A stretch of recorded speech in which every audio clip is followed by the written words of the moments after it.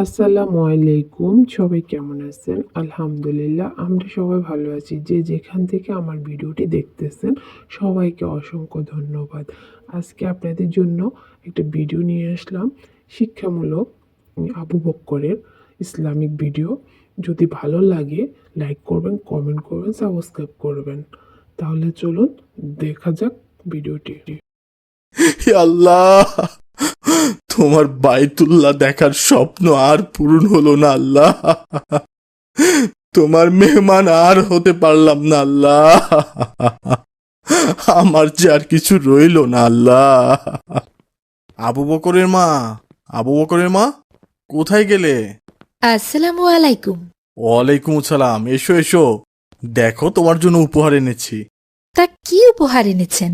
এই দেখো, এটাই তোমার উপহার। এত টাকা কোথায় পেলেন? আর এত টাকা দিয়েই বা কি হবে? আল্লাহ চাইলে এই বছর তুমি আর আমি পবিত্র হজ পালনের জন্য যাচ্ছি ইনশাল্লাহ। সত্যি? সত্যি আমরা হজে যাচ্ছি? হ্যাঁ গো, সত্যি হজে যাওয়ার নিয়ত করেছি। বাকিটা আল্লাহ কবুল করলেই হবে। আলহামদুলিল্লাহ। কিন্তু আপনি এত টাকা কোথায় পেলেন? হজে যেতে তো অনেক টাকার ব্যাপার। যেদিন থেকে চাকুরিতে জয়েন করেছি সেই মাস থেকেই কিছু কিছু টাকা জমানো শুরু করেছিলাম। তারপর গত মাসে অগ্রিম পেনশনের টাকার জন্য আবেদন করি। গতকাল অফিস সেটা অ্যাকসেপ্ট করেছে। ব্যাস, হয়ে গেল। আলহামদুলিল্লাহ। আমার কতদিনের স্বপ্ন আল্লাহর মেহমান হব। হাজিরা তো আল্লাহর মেহমান।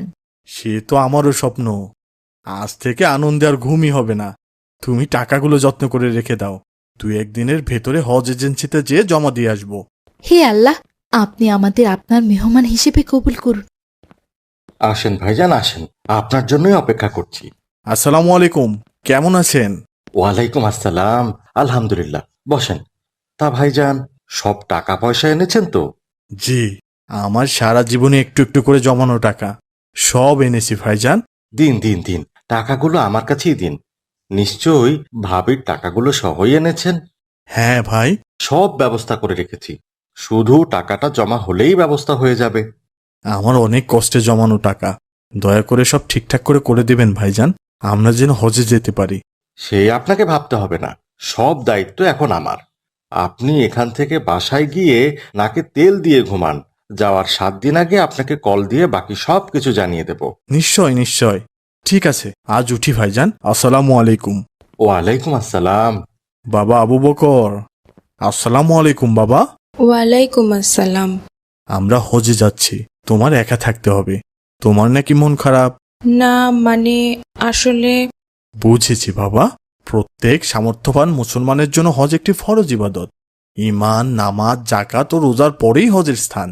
আমাদের নবী হযরত মুহাম্মদ সাল্লাল্লাহু আলাইহি ওয়াসাল্লাম বলেছেন, তোমরা ফরজ হজ আদায়ে বিলম্ব করো না। তাছাড়া হজকে অস্বীকার করলে সে কাফির হয়ে যাবে। রাসূল সাল্লাল্লাহু আলাইহি ওয়াসাল্লাম বলেছেন, সামর্থ্যবান হওয়া সত্ত্বেও যে হজ না করে মারা যায়, সে ইহুদি হয়ে মারা যাক বা খ্রিস্টান হয়ে মারা যাক, তাতে আমার কোনো পরোয়া নেই। তাহলে তো বাবা হজ সামর্থ্যবান সবার জন্য অনেক গুরুত্বপূর্ণ ইবাদত। হ্যাঁ বাবা, যদি কোনো ব্যক্তি আল্লাহর সন্তুষ্টির জন্য সব নিয়ম সঠিকভাবে মেনে হজ আদায় করে, সে সদ্য ভূমিষ্ঠ হওয়া শিশুর মতো নিষ্পাপ হয়ে যায়। মকবুল হজের প্রতিদান তো জান্নাত বাবা। তাহলে তো বাবা হজ অনেক ফজিলতপূর্ণ ইবাদত। হ্যাঁ বাবা, এইবার চলো রাতের খাবার খেয়ে নেই। ঠিক আছে বাবা, ইনশাল্লাহ। আসসালামু আলাইকুম ভাইজান, কেমন আছেন? ওয়ালাইকুম আসসালাম। আলহামদুলিল্লাহ, আপনি কেমন আছেন ভাইজান? আলহামদুলিল্লাহ। শুনলাম ভাইজান নাকি হজে যাচ্ছেন। হ্যাঁ ভাই, নিয়ত করেছি। বাকিটা আল্লাহ কবুল করলেই হয়। আমিও তো নিয়ত করেছি ভাই। বোঝেন তো, হজ করলে ব্যবসা পাতিও ভালো চলবে। হাজী সাহেব শুনলে তো সবাই বিশ্বাস করে, আলাদা সম্মান করে। নামের আগে আলহাজ বসবে, কত সম্মান। ভালো সিদ্ধান্ত নিয়েছি না ভাইজান? আপনার ব্যবসা যেন ভালো হয় সেই নিয়ে তো হজ করতে যাচ্ছেন। মানুষের কাছে নিজের সম্মান বাড়াতে হজ করতে যাচ্ছেন। এটা তো লোক দেখানো ইবাদত হয়ে যাবে ভাইজান। আল্লাহ লোক দেখানো ইবাদত পছন্দ করেন না। এত টাকা পয়সা খরচ করে হজ করব আর সম্মানের কথা চিন্তা করব না? সম্মান তো আল্লাহ দিবেন। আমাদের সব ইবাদত একমাত্র আল্লাহকে খুশি করার জন্য হওয়া উচিত। আপনাকে সবাই হাজি বলবে, দুনিয়ায় আপনার সম্মান বেড়ে যাবে, এটা নিয়ত করে হজ করলে সেটা হবে লোক দেখানো ইবাদত। রাসূল সাল্লাল্লাহু আলাইহি সাল্লাম লোক দেখানো ইবাদত মোটেও পছন্দ করতেন না। তিনি এটাকে বলেছেন শিরকে আকবার। তাই আমাদের হজ করা উচিত শুধু আল্লাহর সন্তুষ্টির জন্য। না হলে ভাইজান এত টাকা পয়সা খরচ করে হজটাই হয়তো কবুল হবে না। ধন্যবাদ আপনাকে এত সুন্দর করে বুঝিয়ে বলার জন্য। ঠিক আছে ভাইজান, আপনি আমাকে কিছু ফল দিন। জি জি জি, এখনই দিচ্ছি। আবু বকরের মা, আমি একটু হজ এজেন্সিতে যাচ্ছি। এখন হঠাৎ হজ এজেন্সিতে কেন? হজের যাত্রার তো আর বেশি দিন সময় নেই, কিন্তু ওদেরকে টাকা দিয়ে আসার পর থেকে তো আর কোনো খোঁজ নেই। 2 দিন যাবৎ কল দিচ্ছি, কিন্তু ফোন বন্ধ দেখাচ্ছে। তাই একটু খোঁজ খবর নিতে যাই। ও আচ্ছা, ঠিক আছে। আসসালামু আলাইকুম। ওয়ালাইকুম আসসালাম। কি ব্যাপার, তালা কেন? রুমটি ভাড়া দেওয়া হবে অফিসের জন্য, মানে কি? তাহলে আমাদের হজ এজেন্সির সেই লোক কোথায়? কি ব্যাপার, কি চাচ্ছেন? অফিস ভাড়া নেবেন? আসসালামু আলাইকুম ভাইজান।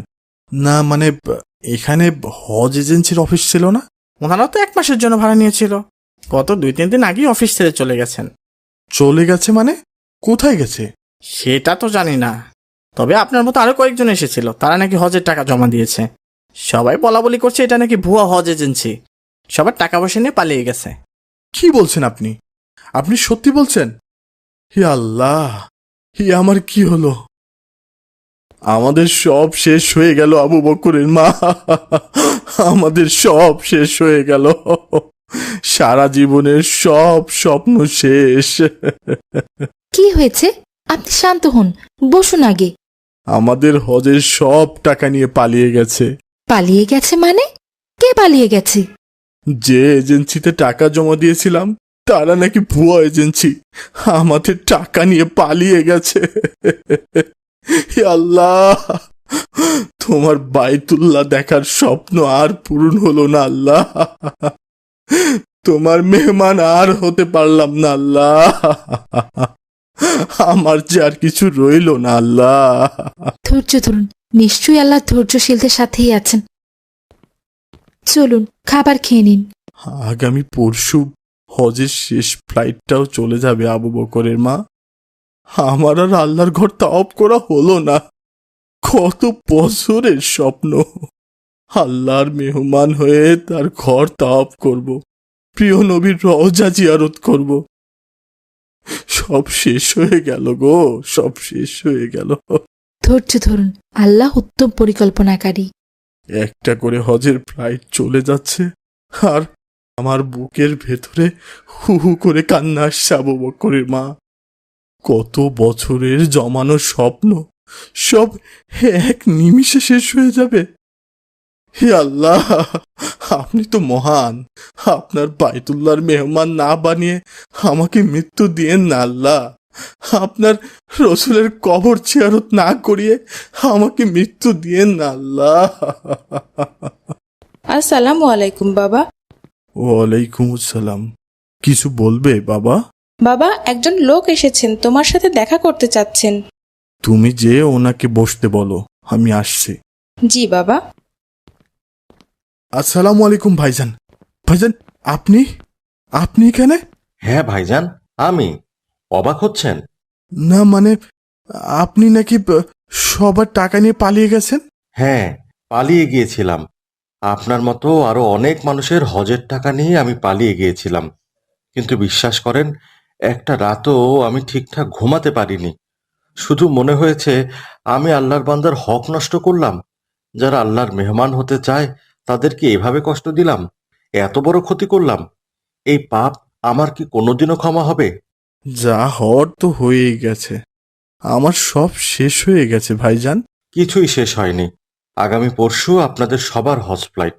আপনারা সবাই আল্লাহর ঘরে যাবেন, আল্লাহর ঘরে তাওয়াফ করবেন ইনশাআল্লাহ।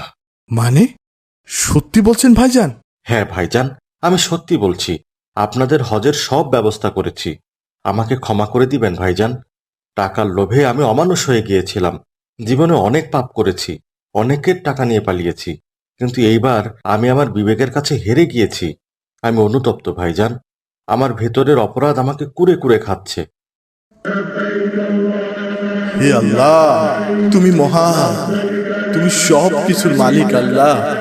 তুমি আমাকে তোমার ঘরে কবুল করেছো, আমাকে তোমার ঘরের মেহমান করেছো আল্লাহ। আমার আর কোনো দুঃখ নেই, আর কোনো কষ্ট নেই। সব প্রশংসা তোমার আল্লাহ। আমি উপস্থিত হয়েছি আল্লাহ, আমি তোমার ঘরে উপস্থিত হয়েছি। নিশ্চয়ই তুমি আমাকে দেখতে পাচ্ছ। লাব্বাইক আল্লাহুম্মা লাব্বাইক, লাব্বাইক লা শারীকা লাক লাব্বাইক, ইন্নাল হামদা ওয়ান নিমাতা লাকাল মুলক